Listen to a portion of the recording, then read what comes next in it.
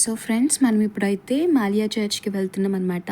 చర్చ్కి వెళ్ళే ముందు మనం ఒక బ్రిడ్జ్ అయితే క్రాస్ చేయాల్సి ఉంటుంది. ఇప్పుడు నేను ఆ బ్రిడ్జ్ క్రాస్ చేస్తూ హైవే రోడ్ని క్యాప్చర్ చేస్తున్నాను, మీ అందరికీ చూపిద్దామని చెప్పేసి. ఇదైతే బ్రిడ్జ్ అనమాట.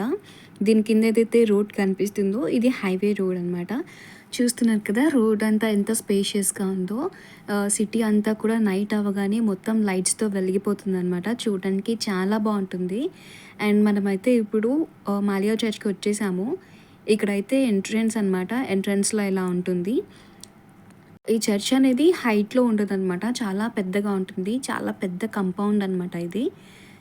సో మాలియా చర్చ్ గురించి తెలుసుకునే ముందు చర్చ్ పేరు ఏంటో కూడా తెలుసుకోవాలి కదా. అయితే ఈ చర్చ్ పేరు వచ్చేసి national evangelical church of Kuwait అంటారనమాట. సో ఇది మాలియా అనే ప్రాంతంలో ఉంటుంది కాబట్టి మాలియా చర్చ్ అని అందరూ పిలుస్తూ ఉంటారు. ఇక్కడ చర్చ్ స్థాపన అనేది ఒకప్పుడు చెప్పాలి అంటే వైద్య సేవలతో మొదలైందనమాట. 1911 సంవత్సరంలో ఆర్థర్ బెనెట్ అనే డాక్టర్ కువైట్ రూలర్స్ పర్మిషన్స్తో ఇక్కడ ఒక మిషన్ హాస్పిటల్ని ప్రారంభించారు. అయితే అదే సమయంలో వైద్య సేవలు అందించడానికి వచ్చిన డాక్టర్స్, నర్సెస్ అండ్ వేరే సిబ్బందులు కలిసి చిన్నగా ఒక హాల్లో ప్రేయర్స్ చేసుకోవడం స్టార్ట్ చేశారు. ఇదే కువైట్లో ప్రేయర్స్కి లేదా చర్చ్ ఫార్మేషన్కి ఒక ఫౌండేషన్ అని చెప్పొచ్చు. అయితే 1931 సంవత్సరంలో కువైట్ రాజ్యాన్ని పరిపాలిస్తున్న రాజు ఆల్ సబా ఈ మెడికల్ మిషన్ని అలాగే ఇక్కడ జరుగుతున్న ప్రేయర్స్ అన్నిటిని గుర్తించి చర్చ్ కన్స్ట్రక్షన్కి, ఇక్కడ ప్రేయర్స్ చేసుకోవడానికి పర్మిషన్స్ గ్రాంట్ చేశారనమాట. కువైట్ అనేది ఒక ఇస్లామిక్ కంట్రీయే అయినా క్రిస్టియన్స్ అందరూ వర్షిప్ చేసుకోవడానికి ఎలాంటి రిస్ట్రిక్షన్స్ పెట్టకుండా ఈ రోజు వరకు చాలా సపోర్ట్ చేసింది. క్రిస్మస్ టైంలో అయితే కువైట్ గవర్నమెంట్ చాలా ప్రత్యేక జాగ్రత్తలు తీసుకుంటారనమాట. చర్చ్కి వచ్చిన భక్తులు ఇబ్బంది పడకుండా ఉండటానికి ఎప్పటికప్పుడు పోలీస్ వాళ్ళు ట్రాఫిక్ని క్లియర్ చేస్తూ ఇక్కడ ప్రేయర్స్ చేసుకోవడానికి ఎలాంటి ఇబ్బందులు లేకుండా సపోర్ట్ చేస్తూ వస్తున్నారు. మాలియా చర్చ్ యొక్క ప్రత్యేకత ఏంటి అంటే ఇక్కడ ఏదైనా కోరుకుంటే వారి జీవితాల్లో తప్పకుండా అది జరుగుతుందని ఇక్కడికి వచ్చే విశ్వాసుల నమ్మకం. అలాగే 1990వ సంవత్సరంలో గల్ఫ్ వార్ టైంలో ఈ చర్చ్ ప్రెమిసెస్ పరవాసులకు ఎంతో ఆశ్చర్యాన్ని కలిగించింది. ఇది ఇలా ఉండగా 1950వ సంవత్సరం నుంచి 1960వ సంవత్సరం లోపు కువైట్లో చమురు నిక్షేపాలు కనుక్కొనబడిన తరువాత ఉపాధి కోసం మన ఇండియా నుంచి, ముఖ్యంగా కేరళ, ఆంధ్రప్రదేశ్, తెలంగాణ మరియు వేరే కంట్రీస్ నుంచి thousands of Christians and other religious వలస వచ్చారు. ఇక్కడ చూస్తున్నారు కదా, ఇది మన తెలుగు వాళ్ళు వర్షిప్ చేసుకునే బ్లాక్ అనమాట. ఇలా వేరే వేరే లాంగ్వేజెస్కి తగ్గట్టు వేరే వేరే సపరేట్ బ్లాక్స్ అయితే ఉంటాయన్నమాట. ఈ చర్చ్ కంపౌండ్ని విజిట్ చేసే వారిలో 70% మన ఇండియన్సే ఎక్కువగా ఉంటారు.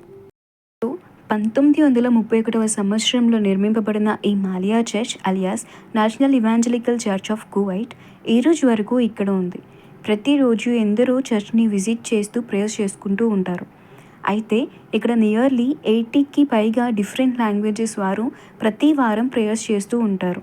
ఈ మాలియా చర్చ్లో ఫ్రైడే సండేనే వర్షిప్ కాకుండా మండే టు సండే వర్షిప్స్ జరుగుతూనే ఉంటాయి.